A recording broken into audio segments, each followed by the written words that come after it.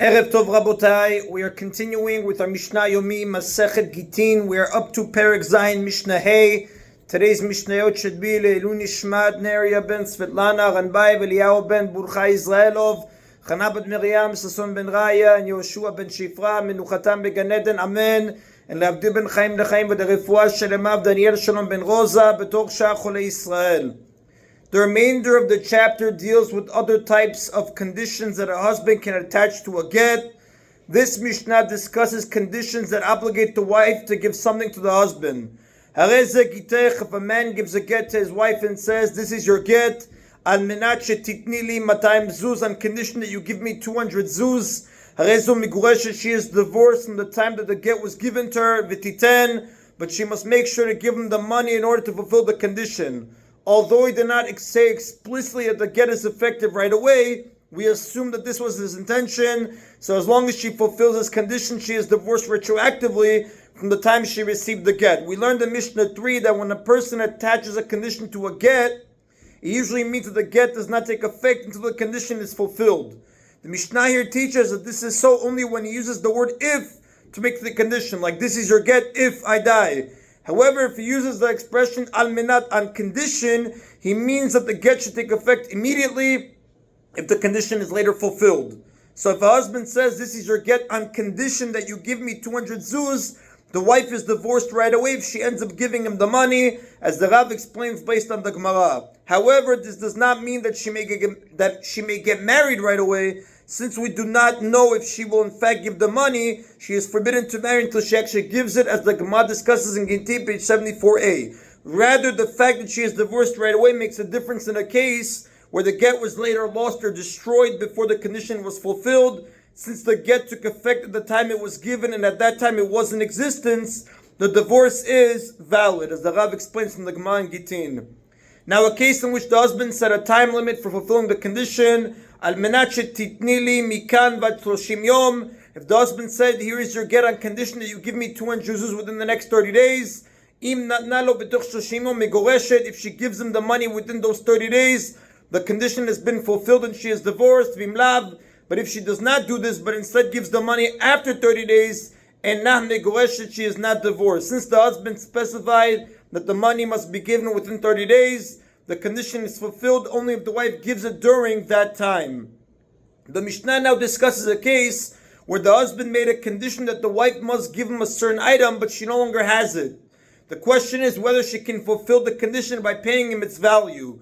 The Mishnah tells a story about such an incident and what the rabbis ruled about it. Now, generally speaking, a law is not taught by the Mishnah in the form of a story. The Gemara in Gittin, page 74b, therefore explains that the Mishnah is missing a passage and should read as follows. If a husband gave his wife a get and said to her, "This is your get on condition that you give me back my cloak," and the cloak was then lost, the Tana Kama says he means that he wants the cloak itself and not its value. Rabban Shimon ben Gamliel says she may give him the value of the cloak since the cloak itself is no longer here. And Rabban Shimon ben Gamliel now cites this story of what happened in Saidan to support his view. Amar Rabban Shimon ben Gamliel said, Maaseh bit Saidan, it once happened in Saidan, Bechad shamar li ishto, that someone said to his wife, Harei ze gitech al menat shitni li itztiliti. This is your get on condition that you give me my cloak. V'avda itztilito. And then his cloak got lost, and the wife was unable to give it to him. The matter was then brought before the sages. V'amu chachamim, and the sages said, Titen lo et dameh, she may give him the value of the cloak instead. And the Rav does tell us, Ven halacha ki Rabban Shimon ben Gamliel, the halacha does not follow the opinion of Rabban Shimon ben Gamliel. That is then of Mishnah Hey. Mishnah Vav now discusses a case where the husband obligates his wife to do a specific action in order for the get to take effect. Harei ze gitech, if a man gives a get to his wife and says, "This is your get, al menat shetishameshi et abba," on condition that you serve my father, al menat shetakniki et bini, or on condition that you nurse my baby son, which requires her to serve his father for 1 day. Since he did not specify how long she must serve his father, it is enough if she does so for 1 day, as the Rav explains based on Gemara Gittin, page 75b, in the explanation of Rav Ashi. Or to nurse his baby for 1 day during the period in the child's life when it is normal for it to nurse. When he made the condition to nurse his baby, he obviously meant that she do so during the period when the child needs to be nursed. nursing him after that time is now they consider nursing. So again, if a man gives a get to his wife and says, this is your get on condition that you serve my father, or on condition that you serve my baby son, which requires her to serve his father for 1 day, or to nurse his baby for 1 day during the period in the child's life when it is normal for it to nurse. And the Mishnah interrupts its statement to teach how long this period lasts. Kamahi minikatu. How long is it normal for a woman to nurse her child? Shtei shanim, 2 years. That is during the first 2 years of its life. So in order to fulfill the condition, she must nurse the child when it is less than 2 years old. Rabbi Yehuda says, 18 months. So she must nurse the child before it is 18 months to fulfill the condition according to Rabbi Yehuda. The Mishnah does not discuss when the condition to serve the father must be fulfilled, because it can obviously be done at any time during his life. The Rav does point out, the Halacha does not follow the opinion of Rabbi Yehuda. The Mishnah now returns to its original point. Meta ben lo shemeta av. If the husband made such a condition and the son died before she had a chance to nurse him, or the father died before she had a chance to serve him, the get is valid, because the husband required her to do these things only if there was a need for them. He never intended to demand them from her where there is no need. We do not assume that he added these conditions simply to make things difficult for her. Rather, we assume he made the conditions so that he could benefit from it. Had he known that his father or child would die before she would do these things, he would never have made the condition in the first place. Now, in the previous ruling, the Mishnah discussed the case where the husband did not specify how long she should nurse the child or serve the father. The Mishnah now teaches the law in the case where the husband did specify how long she should perform these activities. If the husband said to his wife, this is your get, on condition that you serve my father for 2 years, or on condition that you nurse my son for 2 years, and the son or father died within those 2 years, and there was no longer any need for her to serve or nurse, or the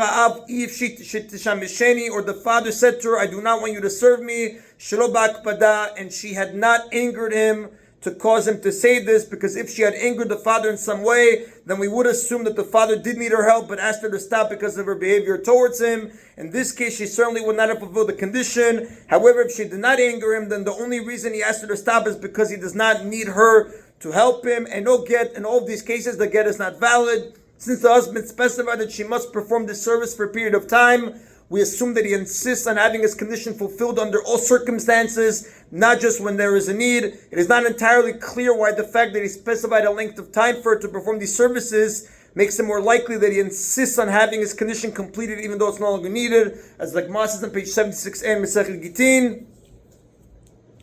Since the condition cannot be fulfilled, the get does not take effect.